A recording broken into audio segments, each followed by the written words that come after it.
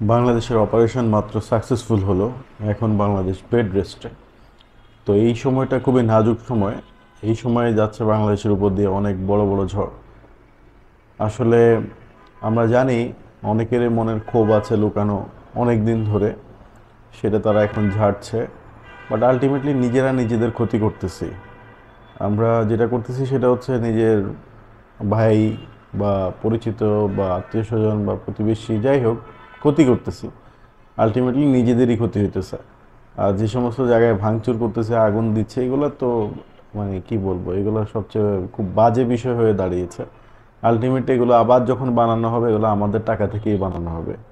আপনার আমার আমাদের টাকা থেকেই বানানো হবে। তো ওই যে বলে স্বাধীনতা অর্জন করার থেকেও এটা রক্ষা করাটা কঠিন। এখন বাংলাদেশ বাংলাদেশ থেকে আমরা এত, আমরা বলতে আসলে এটা বললে ভুল হবে, পুরা বাংলাদেশ মিলে আন্দোলন করছে।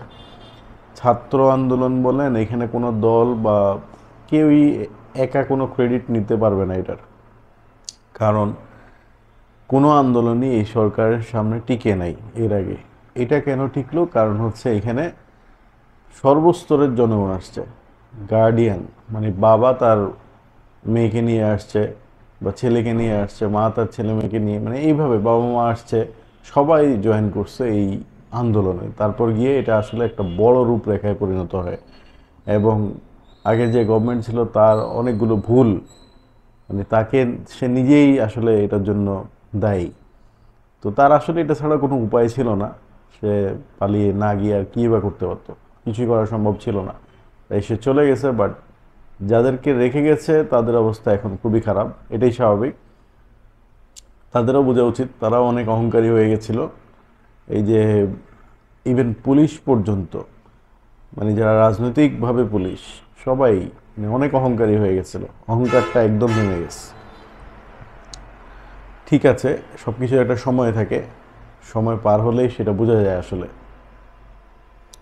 তো সব কিছু মিলে এখন বাংলাদেশের যে অবস্থা, এখান থেকে ছাত্র সমাজের প্রতি আমাদের সবারই চাওয়া এটাই, যে যেন একটা সুষ্ঠু সুন্দর একটা দেশ যেন আমরা দেখতে পারি সামনে।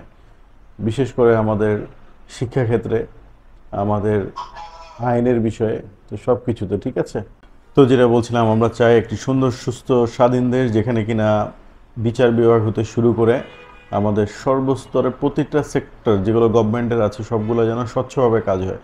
আর কোনো দালালি, আর কোনো রকম যেন ঘুষ, এইসব কোনো কিছু যেন না থাকে। এই দেশটাকে সুন্দরভাবে গড়ার এটাই সময়। আর কোনো দলই যেন না থাকে, একটাই দল থাকে, সেটা হচ্ছে সরকার দল, আরেকটা হচ্ছে জনগণ। সো সরকারকে জনগণই সিলেক্ট করবে, সেটা 5 বছরের বেশি থাকার কোনো প্রশ্নই আসে না। এর ভিতরে সে যদি ভালো কিছু করতে পারে তাহলে আরেকটা টার্ম দেওয়া যেতে পারে সর্বোচ্চ, বাট এর বেশি নয়। সো সেই ক্ষেত্রে এটাই যে আমাদের রাজনীতিতে একটা বড় চেঞ্জেস আসুক, যেটা কিনা পরিবার ভিত্তিক রাজনীতি এখন আর মানুষ চায় না। তবে হ্যাঁ, যারা মুক্তিযুদ্ধের জন্য অবদান আছে যাদের, তাদেরকে আমরা অবশ্যই রেসপেক্ট করব। সেই জায়গা থেকে দেশের ক্ষতিগুলো আমরা যেন না করি আর। কারণ এটা আমাদের জন্য আসলে একটা ইমেজ নষ্ট করবে। না হলে বাইরের দেশে আমাদের একটা বড় দুর্নাম আছে, বাঙালি মানে হচ্ছে, মানে এটা খারাপ চোখে দেখে কেমন জানি। যাই হোক, সেটা আমরা না দেখাই।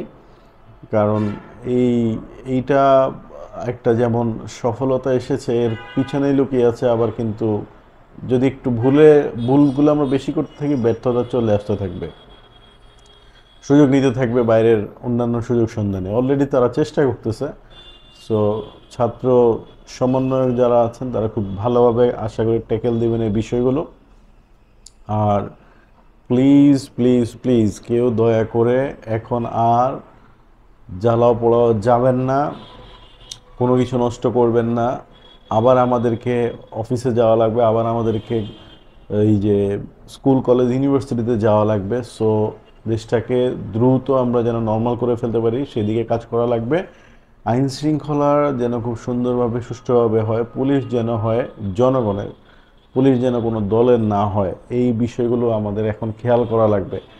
আর যারা আসলে এই আন্দোলনের জন্য যারা শহীদ হয়েছেন, তাদের ফ্যামিলিগুলোকে সাপোর্ট করা লাগবে, সাপোর্ট দেয়া লাগবে। সো এই বিষয়গুলো মাথায় রেখে এখন কাজ করা লাগবে। কোনো অপশক্তিকে আবার ক্ষমতায় আসতে দেয়া যাবে না, না হলে আবার 10-15 বছর পরে এই লুটতরাজ শুরু হবে। আবার যেদিন দেখা গেছে ক্ষমতা ছাড়বে সেদিন আবার একটা ভয়ঙ্কর অবস্থা তৈরি হবে। যেমন গতকালকে মানুষ কিন্তু ঘুমাইতে পারে না রাতে, সারা বাংলাদেশের মানুষ যেই দলেরই হোক, সবাই একটা টেনশনে ছিল কি হয়, তাই না?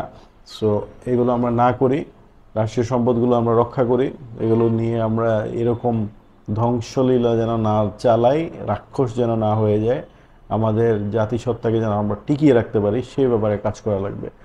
সবাই, ছাত্রছাত্রীরা যারা আছে তারা সবাই পড়াশোনায় আস্তে আস্তে মনোনিবেশ করো, এবং হচ্ছে ইউনিভার্সিটিগুলো যেন দ্রুত খুলে দেওয়া হয়। সো এই বিষয়ে আশা করছি সবাই হেল্প করবে। আর সোশ্যাল মিডিয়ায় আমরা গুজব যেন না ছড়ায়। সবাই ভালো থাকবেন। আসসালামু আলাইকুম।